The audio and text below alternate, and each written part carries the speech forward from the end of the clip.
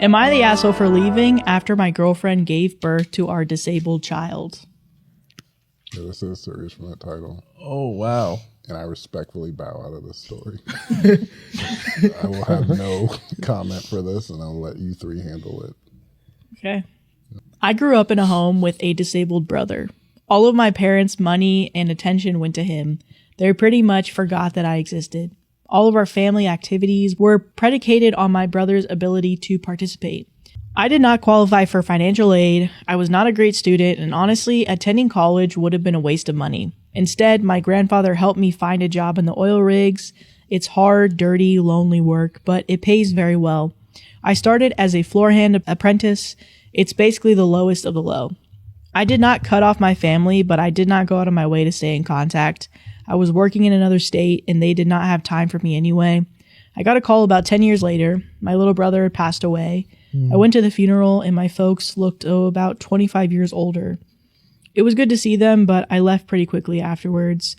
It's hard to explain, but I never really got attached to them since they had ignored me since I was 5. I was never abused or anything. I was just sort of a second thought. When my girlfriend got pregnant, I was really happy. We'd been together for 3 years, and I was happy for her. I hope I was making her happy. We talked about it, and we decided to get all the tests so we could know if we were going to have a healthy baby.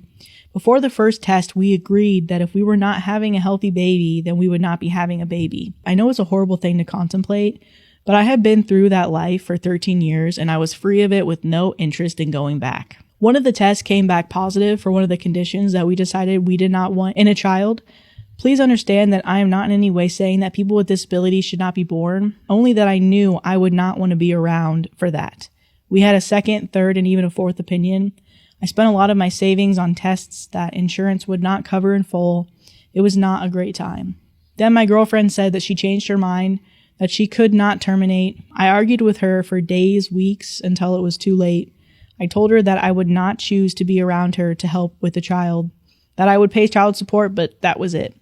Our relationship was on cruise control from then on until the baby was born. I made sure she got home safe from the hospital, and then I went to work, and then I never went back. I paid the child support that I'm ordered to pay by court.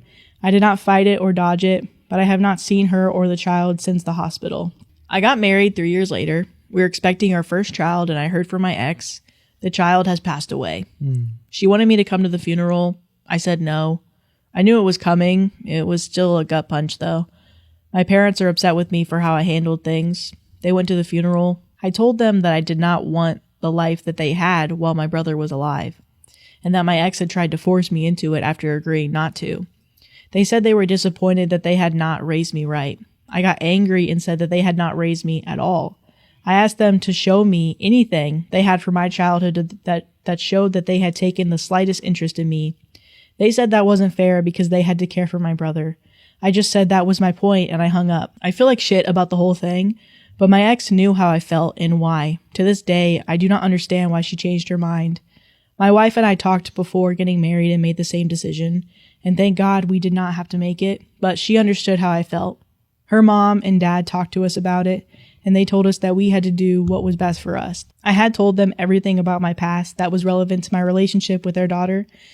Sorry for rambling, but I guess I'm just trying to put all the thoughts down while I have the courage to ask. Am I the asshole? Am I the asshole for explaining to my husband he's the reason why we keep having daughters?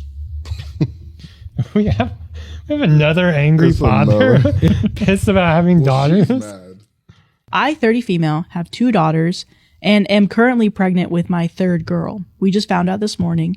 On the drive to my husband's mother's house, he explained how he was a bit disappointed about having a girl, but then he said, I should have expected this because you have 3 sisters. I explained that me having 3 sisters has nothing to do with the gender of our child. He says it's genetics and that I'm the reason for our daughters. I told him that's not how biology works, and he says it is.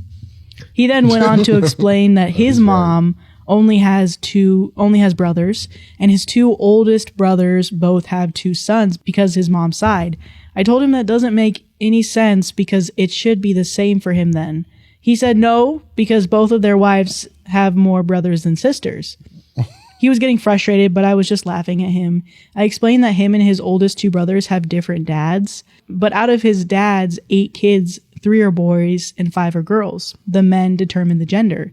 He said, no, that's not true because the kid his dad had with his mom are all boys. He dropped it and said he'll ask his mom, who has a degree in biology. So we get to his parents' house for brunch, and he asks his mom if I'm the reason why he keeps having girls. She told him bluntly that no, men determine the gender, and it's actually not a 50-50 chance.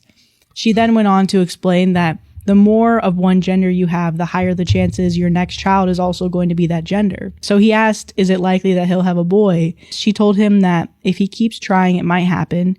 He just walked to the car and said he's going for a drive. I received a text from him saying that I didn't have to embarrass... I received a text from him saying that I didn't have to embarrass him like that. And I was so confused. Am I the asshole?